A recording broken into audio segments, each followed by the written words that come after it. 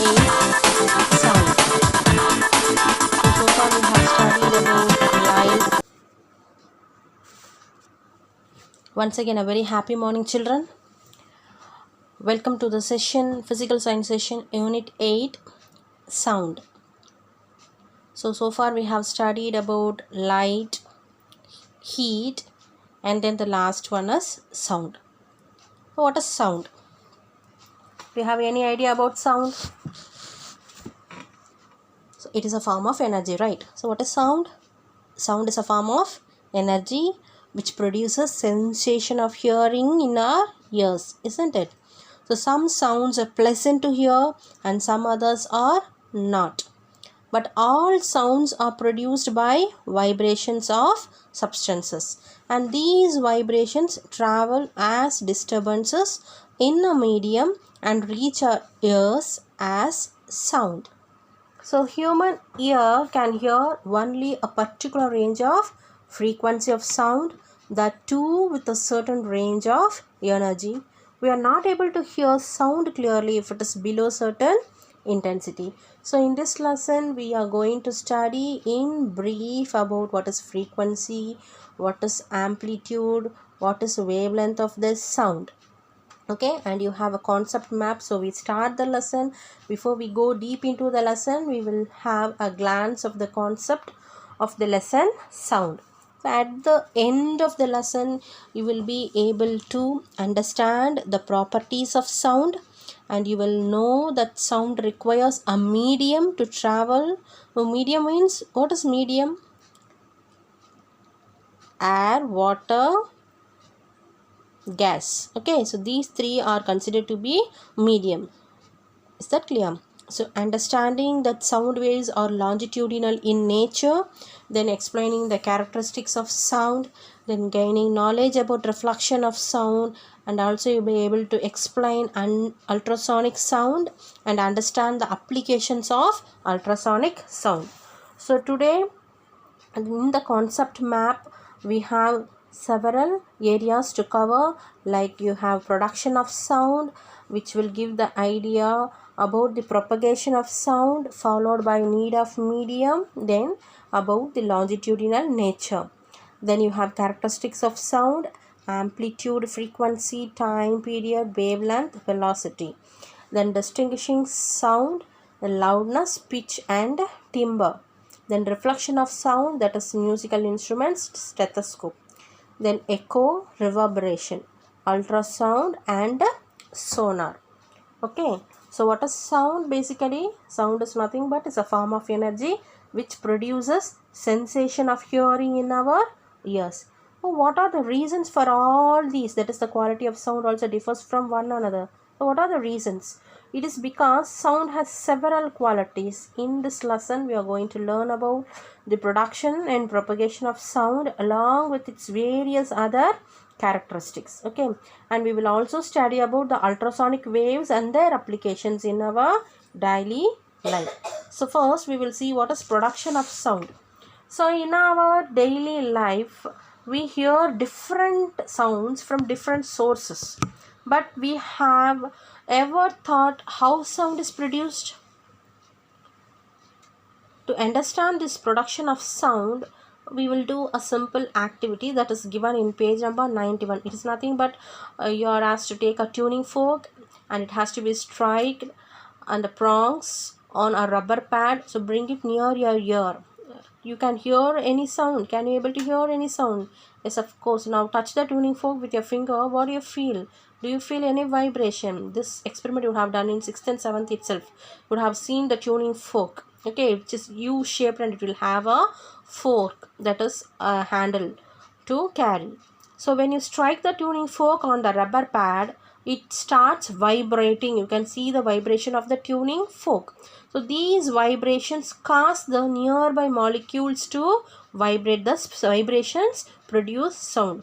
So when the molecules around the tuning fork gets vibrated, the sound waves gets traveled by the help of the molecule so that we can hear the sounds. So such vibrations of the tuning fork produces the sound. Okay, so this is how sound is produced.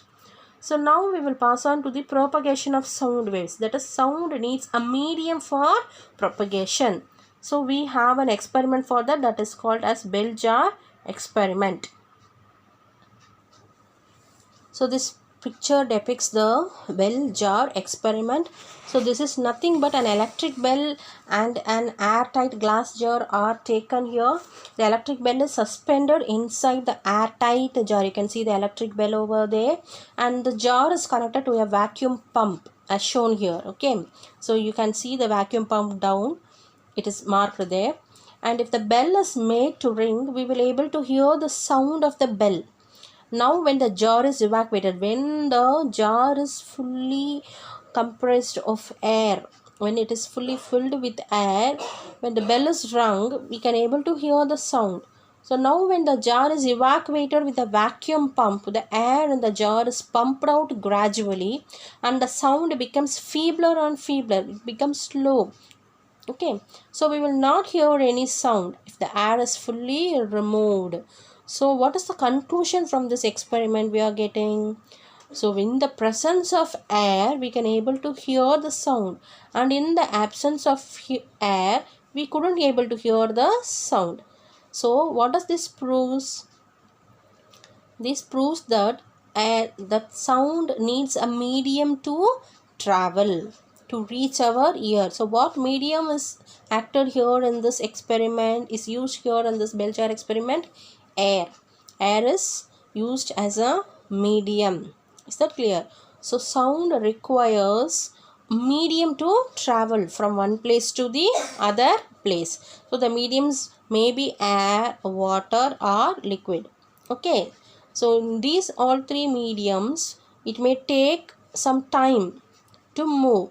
So the time may differ, but it necessarily needs these three medium to move from one place to the other place. So how does this sound waves move? So how does this sound moves? Sound moves in the form of a wave. How does the sound moves? Sound moves in the form of a wave. Sound is a wave. So what is sound? Sound is nothing but it is a wave. It travels in the form of a wave. Okay, so sound moves from the point of generation to the ear to the listener through a medium. When an object vibrates, it sets the particles of the medium around to vibrate, but the vibrating particles do not travel all the way from the vibrating object to the ear. Okay, so all the particles of the medium restrict themselves with only a small to and fro motion, which is called as vibration. So which enables the disturbance to be carried forward. So this disturbance which is carried forward in a medium is called wave. Is that clear? So now we will see how does the sound wave travels. So the topic is longitudinal nature of sound waves that has to be explained by this activity. So take a coil or a spring and move it forward and backward. So what do you observe? You can observe that in some part of the coil the turns will be closer. You can see in the diagram the turns are closer, that is given as C, and when it is little bit looser, that is given as R. So that is nothing but compression and rarefaction. Okay, C stands for compression and R stands for rarefactions. Okay, so the turns will be closer and in some other part the turns will be far apart. So sound also travels in a medium in the same manner. So at one period it is compressed, in the other period it is rarefaction. So we will study about this now. So from the above activity you can see that in some parts of the coil the turns are closer together and these regions are called as compressions, and in between these regions of compressions we have regions where the coil turns are far apart called rarefactions. So as the coil oscillates, the compressions and rarefactions move along the coil. So the waves that propagates with the compressions and rarefactions are called longitudinal waves. So define longitudinal waves, or what are longitudinal waves? 2 mark question. So what answer you will write? The waves that propagates with the compressions and rarefactions are called longitudinal waves. So in longitudinal waves the particles of the medium move to and fro along the direction of propagation of the wave, and In page number 92, you have given this expression, and also it is explained with the diagram. So sound is a wave. This is a tuning fork, and you can see the waves, that is compression, rarefaction, compression and rarefaction. You can see the difference in the compression and the rarefaction. Okay. So following that longitudinal nature of sound waves, we have to learn about the characteristics of a sound wave. So what is given in activity 3? It is in page number 93. The activity 3, listen to the audio of any musical instrument like flute, nadaswaram, tabla, drums, veena, etc. Tabulate the difference between the sounds produced by various sources. So each and every instrument has different sound, isn't it? So you have to note down the differences between all the sounds. A sound wave can be described completely by 5 characteristics. Okay, so what are the characteristics of sound wave? It has 5 complete characteristics. They are amplitude, frequency, time period, wavelength and velocity. So velocity or otherwise speed. Okay, so what are the 5 characteristics of sound wave? It's very important 7-mark question, children. Characteristics of sound waves. You have 5 important characteristics of sound waves. They are amplitude, frequency, time period, wavelength and velocity. So observe the diagram given in page number 93, so that you can able to understand what is amplitude, what is wavelength, okay, what is time period, what is displacement.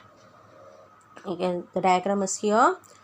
So amplitude, so what is amplitude? It is the height, okay, height of the sound wave from the center to the edge of the wave. What is wavelength? Distance between one wave to the other wave, center of one wave to the other wave, that is wavelength, and it is denoted by lambda. Can you able to see that? Is it visible? So this is wavelength, lambda, that is called as lambda. The height of the wavelength is amplitude. The distance between this point to this point, that is center of one wavelength, wave to the center of the other wave, is called as calculated by wavelength. Okay, that is denoted by lambda. Amplitude is denoted by capital A. A distance between this edge to this edge, okay, or this edge to this edge, it is called calculated by distance, calculated as distance, that is x. Okay, is that clear? Can you able to see that? So here you have amplitude, wavelength and distance. Okay,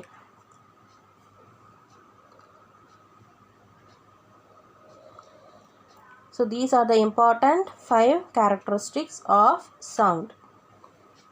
And here in the second diagram, the same amplitude is given, wavelength is denoted as period, that is t, and the distance is time, t. Okay, so this is how we are going to calculate the characteristics of sound. Now we will see the definitions of amplitude, frequency, time period and wavelength. So what is amplitude? What is amplitude?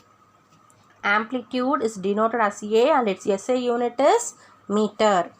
So the maximum displacement of the particles of the medium from their original undisturbed positions when a wave passes through a medium is called amplitude of the wave. And if the vibration of a particle has large amplitude, the sound will be loud, and if the vibration has small amplitude, the sound will be soft. It is denoted by A and the SI unit is meter.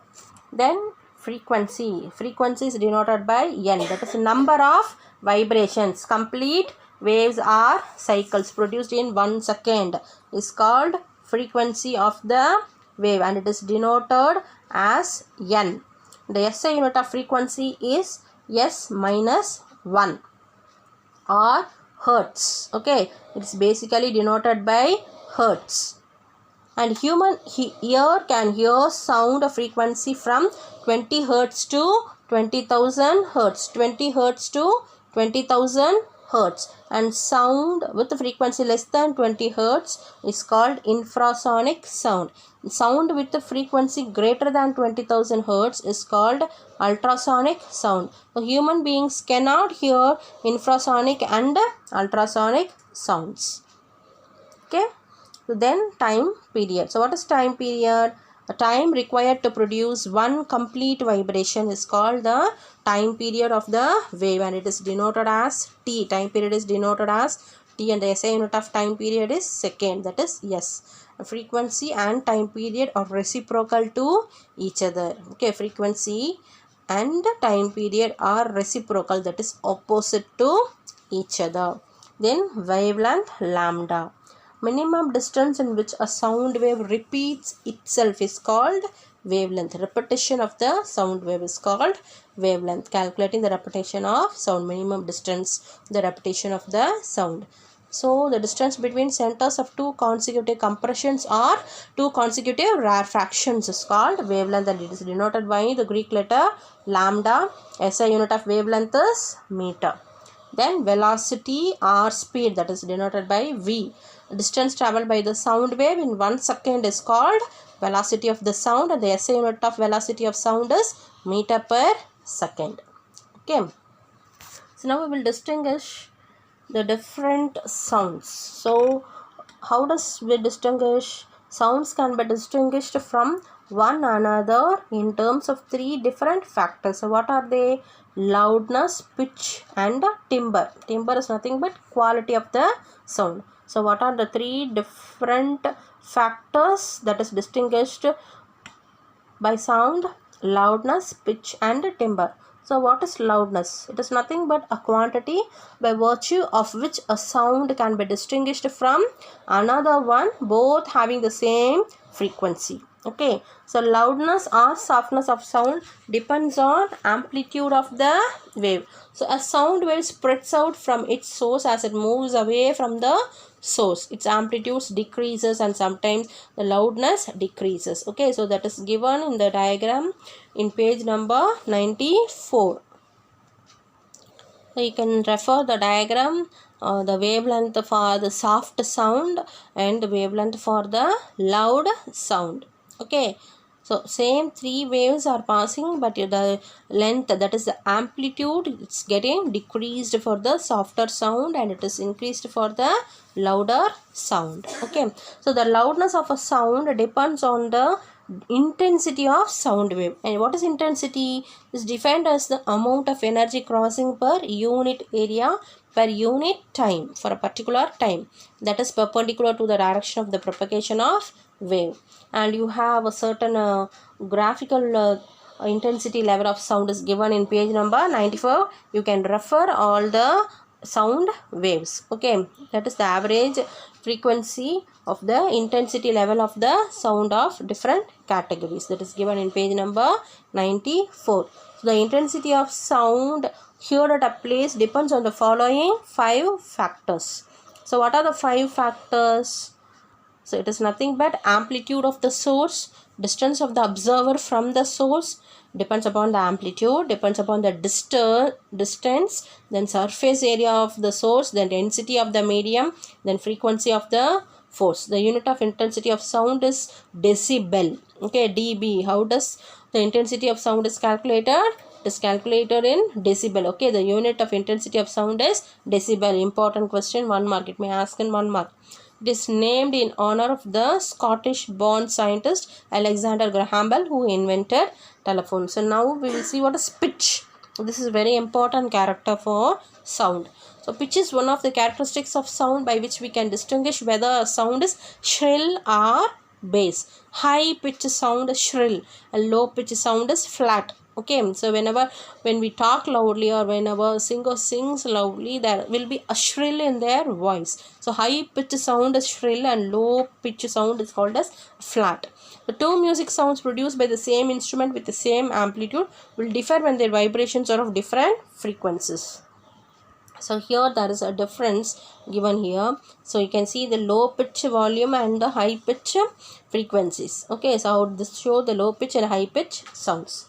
Then timbre or quality. So it is the important characteristic which distinguishes two sounds of same loudness and pitch emitted by two different instruments. A sound of single frequency is called a tone and a collection of tone is called a note. So this will also be asked in 2 mark question. What is tone and a note? Sound of a single frequency is called a tone. The collection of tones is called a note. So timbre is then a general term for the distinguishable characteristics of a tone. Okay. So now we will come to an important topic, speed of sound. How we are going to calculate the speed of a sound. Speed of a sound is defined as a 2-mark question. Is defined as the distance traveled by a sound wave per unit time, and it propagates through an elastic medium. So how do you calculate speed? Speed is denoted by V, which is equal to distance by time. Speed of a sound is defined as the distance traveled by a sound wave per unit time, and it propagates through an elastic medium. So if the distance traveled by one wave is taken as one wavelength, that is lambda, and the time taken for this propagation is one time period t, then the formula what we derive is one wavelength, that is lambda divided by one time period, that is lambda divided by t, or V is equal to lambda by t, and t, that is time period, that is you have n number of wavelength, isn't it? So t is equal to 1 by n. So therefore the speed of V sound is also written as V is equal to n lambda. So the t you have to consider it as n. So V is equal to n lambda is the final equation. Okay. So how do you calculate the speed of sound? By using the formula V is equal to n lambda. So the speed of sound remains almost the same for all frequencies in a given medium under the same physical conditions. Okay. So based on that you have problems. We will have a different session for the problems. Then we will see what is speed of sound in different medium. Okay, so in each and every medium the speed of sound differs. Okay, sound propagates through a medium at a finite speed. So the sound of a thunder is heard a little later than the flash of light is seen. Okay, so first we will see the lightning and later then sound will come. So we can make out that sound travels with a speed of light which is much less than the speed of the light. So the speed of sound depends through which it travels, that is the medium which it travels. So speed of sound in different mediums at 25 degrees Celsius is given in a tabular column in page number 95. So verify, go through the tabular column. It is an important tabular column. So you have a state, that is solid, liquid and gases, and you have medium and speed in meter per second, that is in 25 degrees Celsius. So in solids you have aluminum, nickel, steel, iron, brass, glass, liquids, water, that is seawater, as well as distilled ethanol and methanol. Gases like hydrogen, helium, air, oxygen and sulfur dioxide values are all given. Just go through it. May ask in 1 mark, but not that much necessary. No need to mug up and all. Just go through it. Then we have reflection of sound. So what is reflection actually? Light reflects, isn't it? How does it reflects? Bounces back. Bounce back of light is called reflection, right? Sound bounces off a surface of solid or a liquid medium like a rubber ball that bounces off from a wall. So an obstacle of large size which may be polished or rough is needed for the reflection of sound waves. So laws of reflection. What are the laws of reflection? The angle in which the sound is incident is equal to the angle in which it is reflected. Same. Angle of incidence is equal to angle of reflection. That is what we studied in light lesson, isn't it? So here also it is same. The angle in which the sound is incident is equal to the angle in which it is reflected. The direction of incident sound, the reflected sound and the normal are in the same plane.